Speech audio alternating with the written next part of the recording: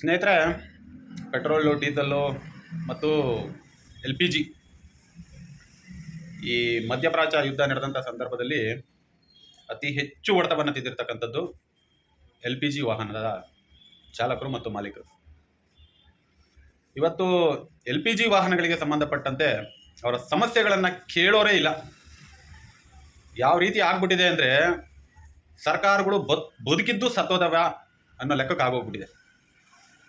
ಸ್ನೇಹಿತರೆ, ಸತತವಾಗಿ ಒಂದು 3 ರಿಂದ 4 ತಿಂಗಳಾಗ್ತಾ ಬಂತು.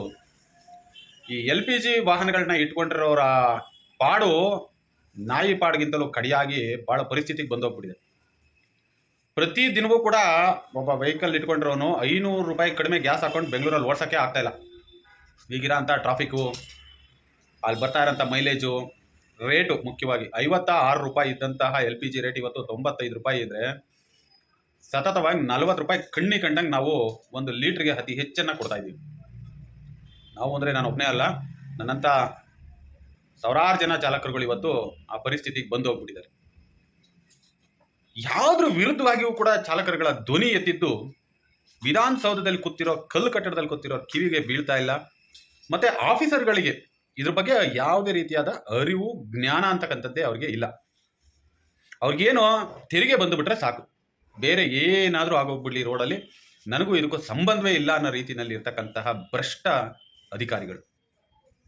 ಸ್ನೇಹಿತರೆ, ನಿನ್ನೆ ಮೊನ್ನೆಯಿಂದಲೂ ಕೂಡ ನೋಡ್ತಾ ಇದ್ದೀವಿ, ವಿದೇಶಿ ವಿನಿಮಯ ಮತ್ತು ಕ್ರೂಡ್ ಆಯಿಲ್ನ ಬೆಲೆ ಸಂಪೂರ್ಣವಾಗಿ ಕುಸಿತಕ್ಕೆ ಒಳಗಾದರೂ ಕೂಡ ಕೇಂದ್ರ ಸರ್ಕಾರ ಒಂದು ಕಡೆಗೆ ಹೇಳುತ್ತೆ, ಏನು ಇದುವರೆಗೂ ಕೂಡ ಕಂಪನಿಗಳು ಕಡಿಮೆ ರೇಟಿಗೆ ಮಾರಾಟವನ್ನು ಮಾಡಿದರೆ ಅವ್ರುಗಳ ನಷ್ಟವನ್ನು ಸರಿದೂಗಿಸ್ಕೊಳ್ಬೇಕು, ಹಾಗಾಗಿ ನಾವು ಸದ್ಯಕ್ಕೆ ದರವನ್ನು ಕಡಿಮೆ ಮಾಡಲ್ಲ ಅಂತ ಹೇಳುತ್ತೆ. ಇವತ್ತು ಬಂದಿರೋ ಮಾಹಿತಿ ಪ್ರಕಾರವಾಗಿ ಪೆಟ್ರೋಲಿಯಂ ಸಚಿವರು ಹೇಳಿಕೆಯನ್ನು ಕೊಡ್ತಾರೆ, ಕಡಿಮೆ ಮಾಡ್ತೀವಿ ಅಂತ ಹೇಳಿಕೆ ಕೊಡ್ತಾರೆ.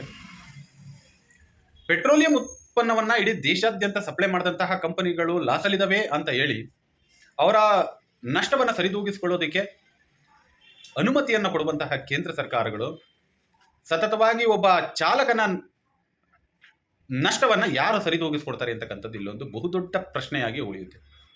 ಅದರಲ್ಲೂ ಈ ನಮ್ಮ ಕ್ಯಾಬ್ನ ಚಾಲಕರುಗಳು, ನಿಮ್ಮ ಒಂದು ತಾಳ್ಮೆ, ನಿಮ್ಮ ಒಂದು ಮೌನ, ನಿಮ್ಮ ಒಂದು ಸಿನ್ಸಿಯಾರಿಟಿ ಅಂದರೆ ಒಂದು ಸಲ ಗಾಡಿ ಎತ್ಕೊಂಡು ಮನೆಯಿಂದ ಹೊರಗೆ ಬಂದರೆ 1 ವಾರ ಆದರೂ ಕೂಡ ಹೆಂಡತಿ ಮಕ್ಕಳು ಮಖ ನೋಡದೆ ಆದಿ ಬೀದಿಗಳಲ್ಲಿ, ಪಬ್ಲಿಕ್ ಟಾಯ್ಲೆಟ್ಗಳಲ್ಲಿ ಸ್ನಾನ ಮಾಡಿಕೊಂಡು, ಮುಖ ತೊಳ್ಕೊಂಡು, ಹಗಲು ರಾತ್ರಿ ಅಂದೇ ರೈಲ್ವೆ ಸ್ಟೇಷನ್ಗಳು, ಬಸ್ ಸ್ಟ್ಯಾಂಡ್ಗಳಲ್ಲಿ ಕಾಯ್ತಿರಲ್ಲ, ನಿಮಗೆ ನಿಜವಾಗ್ಲೂ ಕೂಡ ಹ್ಯಾಟ್ಸ್ ಆಫ್ ಹೇಳಬೇಕು.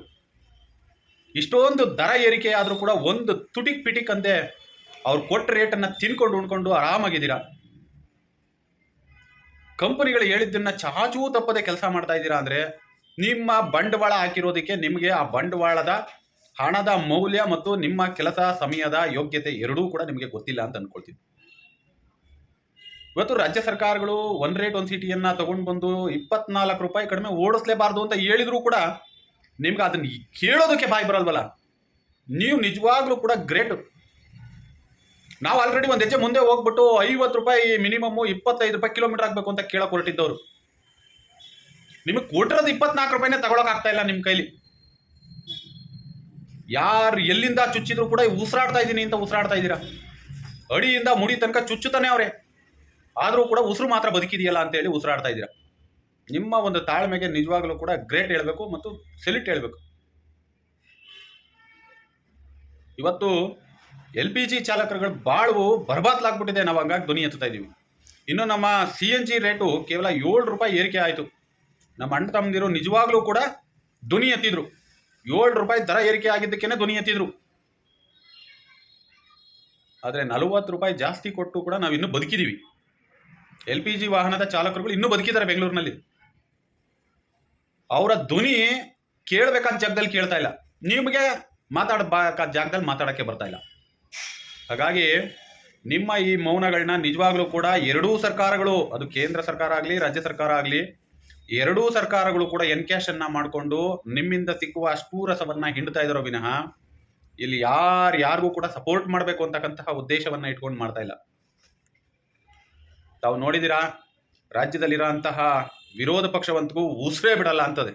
ಚಾಲಕರ ಇಷ್ಟೊಂದು ದೊಡ್ಡ ಮಟ್ಟದ ವರ್ಗ, ಇಡೀ ಸಾರಿಗೆ ಕ್ಷೇತ್ರದ ಒಂದು ಶಕ್ತಿ, ಇಂತಹ ಶಕ್ತಿಯೇ ಹೀನಾಯವಾಗಿ ಸೋಲು ಒಪ್ಕೊಳ್ತಾ ಇದ್ರು ಕೂಡ ಜಾಣ ಕುರುಡುತನದಲ್ಲಿ, ಜಾಣ ನಿದ್ರೆಯಲ್ಲಿ ಮಲಗಿರ್ತಕ್ಕಂತಹ ವಿರೋಧ ಪಕ್ಷವಂತೂ ಸಂಪೂರ್ಣವಾಗಿ ಮಲ್ಕೊಂಡೇ ಬಿಟ್ಟಿದೆ.